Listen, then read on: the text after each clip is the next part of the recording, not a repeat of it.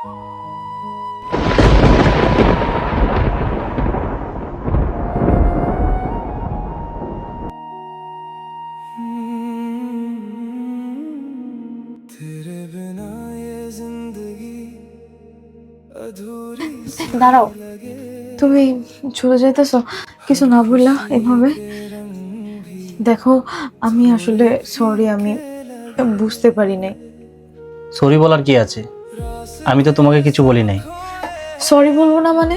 তুমি আমাকে একটা পর পুরুষের সাথে ঘরে দেখছো, তুমি কিছুই বলতেছো না। আমি অনেক বড় একটা ভুল করে ফেলছি। ভুল? বারবার তুমি ক্ষমা চাচ্ছ কেন? আমি তো তোমাকে কিছু বলতেছি না, তুমি যা করতেছো তা করো না কেন?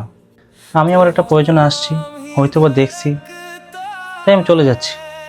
প্লিজ তুমি কিছু বলো, আমার তো শোনা উচিত, অবশ্যই শোনা উচিত। তুমি যদি আমাকে কিছু না বলে রিস্ক না করে এভাবে চলে যাও, তাহলে এটা কেমন দেখা যায় বলো? বলবো? দেখো, আমি আর কখনো এরকমটা কিছু করব না। তুমি প্লিজ বুঝো একটু আমাকে। ঠিক আছে, শোনো,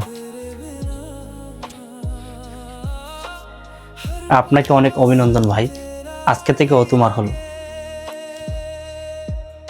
ভাই বিষয়টা তো বুঝলাম না। আমি তো আরো ভয় পেয়ে ফেলছি যে আপনি আমাকে কিছু একটা করবেন, পুলিশে ধরাই দিবেন, না হয় মারধর করবেন। কি আর হবে ভাই, পুলিশ কেস করে, আপনাকে মারধর করে, এ তো আর আমার মান সম্মান যাবে। আপনি তো কোনো রিয়েক্ট করতেছেন না, কারণ কি ভাই? আমি কি রিয়েক্ট করবো ভাই? যে যাকে নিয়ে ভালো থাকতে চায় সে তাকে নিয়ে ভালো থাকুক না, আমি মাঝখানে এসে তো কোনো লাভ নেই। ও আমার জন্য কখনো লয়াল ছিল না, ও যদি আমার জন্য এখন দুনিয়াটা উল্টেও ফেলে, তবুও আমি ওখানে বিশ্বাস করবো না। শোনো, তুমি প্রয়োজনে আমাকে মারো, কাটো, বকাবাজি যা আছে সব করো, তারপরে তুমি এভাবে চলে যাও না আমাকে ছেড়ে। আমি তোমাকে কেন মারবো? নিশ্চয় আমি যেটা দিতে পারি না ও তোমাকে সেটা দিছে, আমার অপূর্ণতা ও পূরণ করছে, তুমি ওর কাছে যাও। শোনো, আমাদের সম্পর্কটা তো রিলেশনের সম্পর্ক, এত সহজেই সবকিছু ভেঙে তুমি চলে যাবা? আমি না হয় একটা ভুল করেই ফেলছি, আমি তো তার জন্য মাফও চাইতেছি তোমার কাছে। রিলেশন করে বিয়ে করছি দিকে তোমার সব স্বপ্ন পূরণ করছি, তুমি আমার জন্য কি করছো এইসব? এখন তোমার মনে হইতেছে বিয়ের আগে তুমি না জানি কত কিছু করছো, এটা বলতেও লজ্জা করতেছে। ভাই বিষয়টা হচ্ছে মানুষ মাত্রই তো ভুল, তো যেহেতু আমরা একটা ভুল করে ফেলছি, তো এটার তো একটা সমাধান আছে, তাই না? আপনি একটা কাজ করেন, সমাধানে আসেন। না, সমাধান না ভাই, সম্পর্ক তো আগেই নষ্ট হয়ে গেছে, যেটা নষ্ট হওয়ার।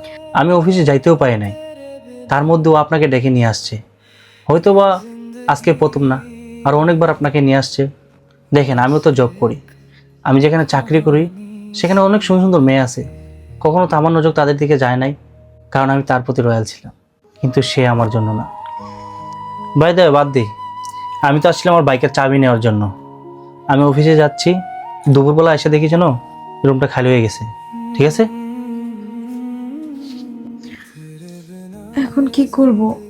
এখন কি করবো সেটা তুমি জানো। জামাই রাইখা যদি তুমি আমার কাছে আসতে পারো, আমাকে রাইখা যে আরেকজনের সাথে যাইবো না, এটার কোনো গ্যারান্টি আছে? আর আমার প্রেমিক আছে, ঠিক আছে, তোমার থেকে ভালো। এই পৃথিবীর মধ্যে বাস্তব কথা এটাই, পেটের ক্ষুধা। পেটের ক্ষুধা যদি না লাগতো ভাই, ছেলেরা এই কষ্ট করে রোদের মধ্যে ইনকাম করতে যেত না। একটা ছেলে তার ফ্যামিলি, তার বউ বাচ্চা, মা বাবাকে ফেলে প্রবাসে গিয়ে ইনকাম করতো না।